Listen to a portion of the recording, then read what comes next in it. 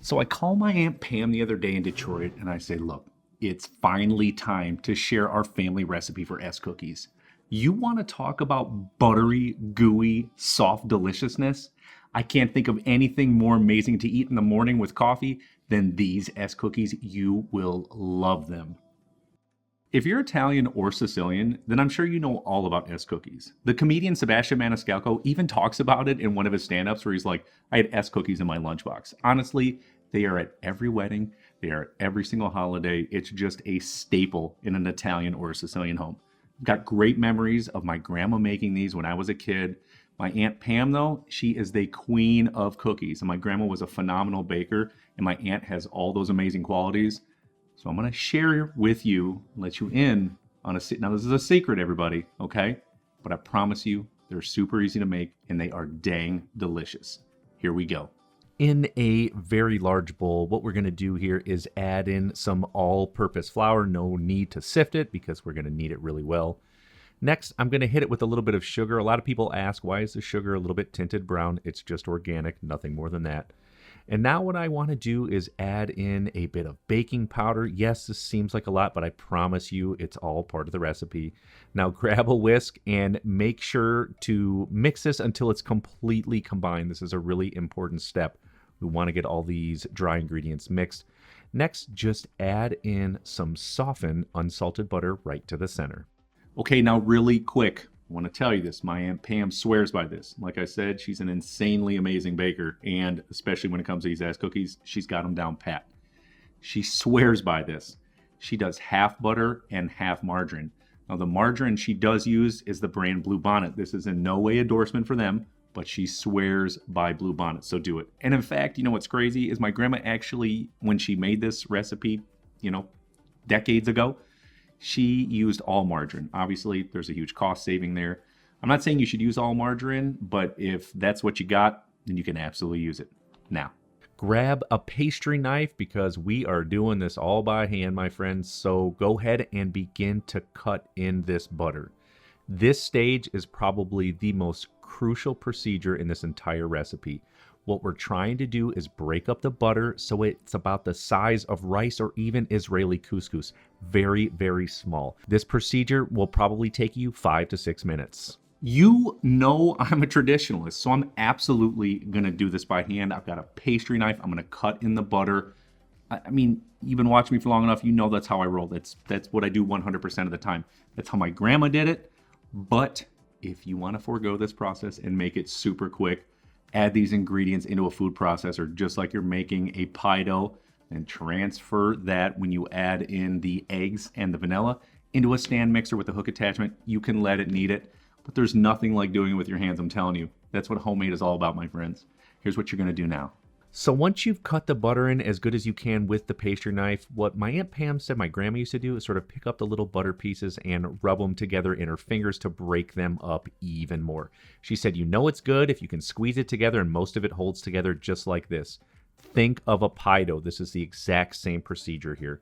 We're going to set that to the side, and now we've got a few wet ingredients. I've got 2 whole eggs, and next I need 2 egg yolks. So to do this, break the egg in half, and then simply bobble the yolk back and forth in between both shells until the yolk is completely isolated and away from the whites. You can reserve the whites for some eggs or something else.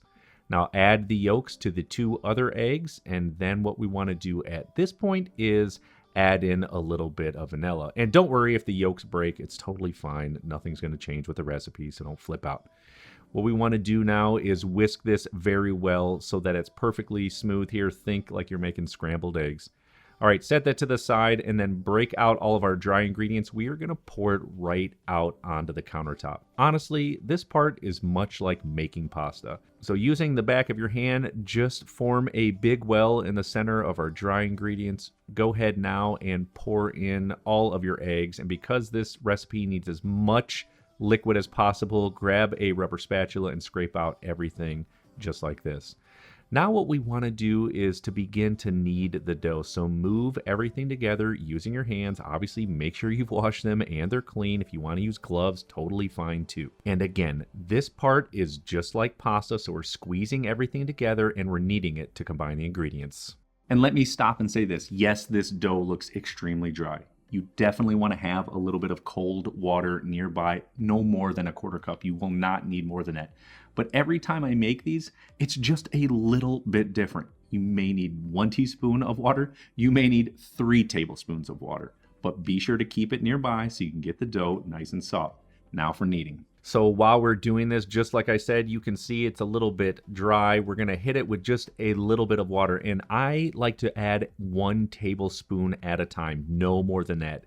Be very, very gentle with how much you add, because if you do too much, you're going to need to add more flour. So a little bit here, a little bit there. Get it to that nice dough consistency, just like this. This is absolutely perfect. It's nice and smooth. And at this point, what I like to do is just set it into the bowl, put it in the refrigerator for maybe 20 minutes, let it rest, then bring it right back out, and now it's time to start making our cookies. So grab about 2 tablespoons worth of dough. I squeeze it in my hands just like you see here. Maybe add a little bit more if you want a little bit bigger cookie, and then roll it right on the countertop. It's going to be about a 1/2 inch wide or in diameter, and it's going to be about 5 to 6 inches in length.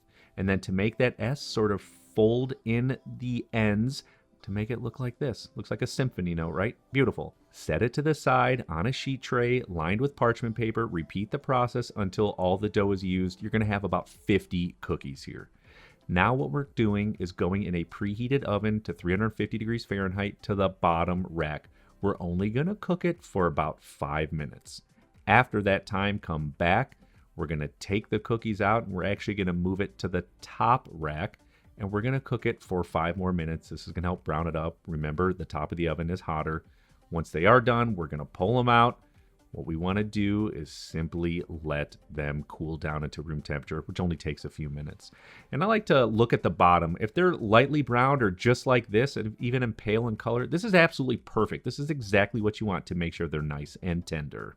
While these cookies are cooling, this is actually perfect time, because what we want to do is make a simple icing. Now, the one I make is incredibly simple. You can go above and beyond. You can use ganache, sprinkles. That's what we used to have when we were a kid. You can go overboard. In fact, my Aunt Pam said she used to put mini chocolate chips in the S cookies, right in the dough, mix them right in there. You can take this in a ton of different directions. But me, like I said, I like sticking to the real deal by hand, keeping them as authentic and traditional as possible. So that's what I did here. Now for that icing. In a small to medium-sized bowl, we're going to add in some powdered sugar, followed up with a few tablespoons of whole milk. Yes, you could use 2% or even skim milk. Grab a whisk, mix it until it is completely smooth. If you need a little bit more milk to make it thinner, fine. Now what I'm going to do is just dip the top of the cookie in that icing to completely coat it and cover it, and just going to set it to the side on a rack, let any extra icing drip off. What my Aunt Pam likes to do, and it's totally fine, is grab a pastry brush and simply brush on the icing. And like I say every single week to my commies out there, my chefs in training, you start following and practicing these fundamental basic cooking and baking techniques, like how to cut in that butter, how to make sure they rise but they're not too brown on the bottom. That's what it's all about. You put that into your everyday cooking, I can promise you right now, everything you start to make is going to taste infinitely better. I promise your friends, your family around you, they're going to think you're like, you straight up go to culinary school? No joke. In this recipe, which is so awesome because it literally goes back generations in my family, I love sharing it with you. But since we don't really plate up, because I don't really have much slow-mo, I mean, you're literally just serving the cookies, here's some beauty shots for you.